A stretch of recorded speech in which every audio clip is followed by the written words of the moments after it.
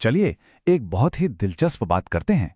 सोचिए, अगर अचानक से एक बड़ी रकम हाथ लग जाए तो उसका सबसे अच्छा इस्तेमाल क्या हो सकता है? आज हम इसी मजेदार सवाल का जवाब ढूंढने वाले हैं। जरा सोचिए, एक मोटा बोनस मिला या शायद विरासत में कुछ पैसे आ गए। मन में सबसे पहला ख्याल क्या आता है? यही ना कि चलो इसे फटाफट कहीं इन्वेस्ट कर देते हैं। पर रुकिए, क्या सारा का सारा पैसा एक साथ लगा देना ही समझदारी है? चलिए आज इसी गुत्थी को सुलझाते हैं। देखिए, हाथ में पैसा आना ये तो बहुत एक्साइटिंग होता है, लेकिन यहीं पर एक बहुत बड़ा फैसला भी लेना पड़ता है। एक ऐसा फैसला जो आगे चलकर हमारे पूरे फाइनेंशियल फ्यूचर को एक नई दिशा दे सकता है। तो पहला ऑप्शन क्या है? यही कि सारा पैसा एक ही झटके में मार्केट में लगा दिया जाए। सुनने में तो बड़ा आसान और अच्छा लगता है ना? लेकिन इसमें एक बहुत बड़ा जोखिम भी छिपा है। इसी को कहते हैं टाइमिंग रिस्क। अब ये क्या है? इसको ऐसे समझिए कि ये बाजार को बिल्कुल सही समय पर पकड़ने की कोशिश करने जैसा है, जो कि सच कहें तो लगभग नामुमकिन है। अगर गलती से उस वक्त निवेश हो गया जब मार्केट अपने बिल्कुल टॉप पर था और उसके ठीक बाद गिरावट आ गई, तो शुरुआती नुकसान बहुत बहुत ज्यादा हो सकता है। ये जो ग्राफ है, ये इस रिस्क को और भी साफ साफ दिखाता है। मान लीजिए पहले दिन जब मार्केट एकदम ऊंचाई पर था, तब सारा पैसा लगा दिया गया और बस कुछ ही हफ्तों में मार्केट धड़ाम से नीचे आ गया। नतीजा क्या हुआ? पूरा का पूरा इन्वेस्टमेंट एक झटके में घाटे में चला गया। और ये सिर्फ पैसों का नुकसान नहीं है, इसका एक इमोशनल असर भी होता है। सोचिए, इतना बड़ा शुरुआती घाटा देखकर कैसा लगेगा? जाहिर है तनाव बढ़ेगा और कई बार तो लोग घबराकर इन्वेस्टमेंट से बाहर ही निकल जाते हैं, जो कि लंबी रेस में और भी ज्यादा नुकसानदायक साबित होता है। तो सवाल यह है कि क्या इस टाइमिंग रिस्क से बचने का कोई तरीका है? जी हां, बिल्कुल है। और यहीं पर एंट्री होती है फेज्ड इन्वेस्टिंग, यानी चरणबद्ध निवेश की स्मार्ट स्ट्रैटेजी की।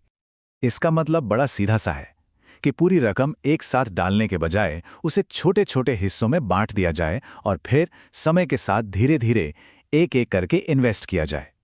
इसको एक उदाहरण से समझते हैं।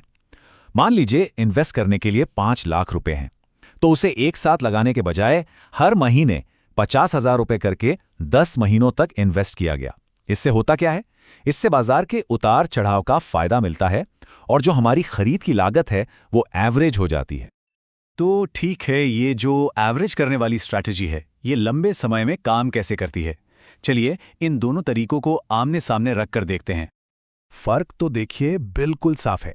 एक तरफ है एक मुश्त निवेश जिसमें टाइमिंग का पूरा पूरा रिस्क है और टेंशन भी, और दूसरी तरफ है ये फेज्ड या चरणबद्ध निवेश जो रिस्क को कम करता है, एक अनुशासन सिखाता है और एक मजबूत नींव तैयार करता है।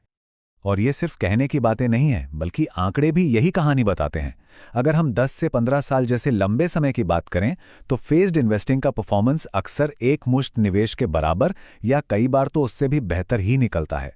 और सबसे बड़ी बात जानते हैं क्या है? इसके साथ मिलती है मन की शांति। तो आखिर में इस पूरी बातचीत से क्या सीखने को मिलता है? वेल्थ बनाने का यानी दौलत बनाने का असली सीक्रेट है क्या? एक बहुत गहरी बात है कि धन एक दिन में नहीं बनता। देखिए, वित्तीय सफलता कोई लॉटरी का टिकट नहीं है, ये तो एक मैराथन है। ये कोई जल्दी अमीर बनो वाली स्कीम बिल्कुल नहीं है। असली सीक्रेट तो इन 3 चीजों में छिपा है। पहला, अनुशासन, मतलब अपने प्लान पर टिके रहना। दूसरा, निरंतरता, यानी लगातार इन्वेस्ट करते रहना।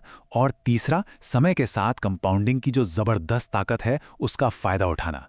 और फेज्ड इन्वेस्टिंग इन तीनों ही उसूलों को बढ़ावा देती है। तो आखिर में बस यही एक सवाल है जिस पर सोचने की जरूरत है। क्या दौलत बनाने की असली चाबी बाजार की टाइमिंग में नहीं, बल्कि हमारे धैर्य में छिपी है? इस पर जरूर सोचिएगा।